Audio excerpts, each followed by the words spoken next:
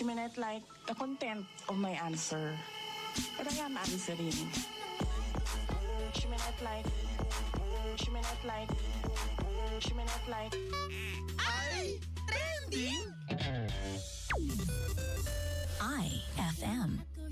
Alright, ito na tayo para sa ating iTrending ngayong araw po ng September 25, 2025, mga idol.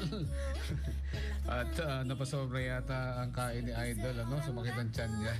Okay, gamutin mo na para hindi masira. Alright. So, ito. Ang ating iTrending ngayong araw ay tungkol kay Senator Lacson at saka kay Senator Marcoleta. Ano nga ba yan, Idol?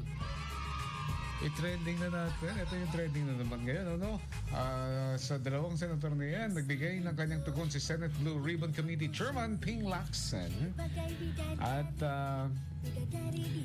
nagbigay ng tugon si Senate Blue Ribbon Committee Chairman Ping Lacson sa mga akusasyon laban sa kanya na si Senador Rodante Marcoleta. Ano ba yan, kuya? Matatanda ang inakusahan ni Marcoleta si Lacson na mayroong pinapanigan matapos itong sabihin sa media na mas kredibilidad na si Engineer Bryce Hernandez na maging state witness kaysa sa mga diskaya. Ayon kay Lacson, walang makakapigil sa kanya sa kanyang paglalabas ng kanyang sariling opinion. Diba, Idol? Everybody's entitled to his opinion.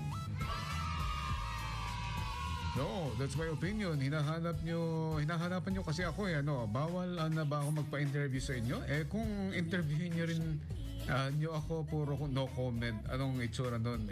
Just because he is complaining, that's my personal opinion, sabi ni Senator Lacson. Ayan, maganda. Mas maganda akong opinion. Pero pangit kung conclusion.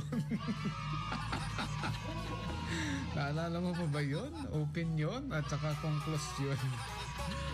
Ayan na naman mga idol ng ating trending ngayong araw ng Thursday. Wala nang ulan. Sana? Para mas malamig ba ngayong gabi, di ba? Sa IFM, mga idol mong FM. Miss ko pa ya? Yeah.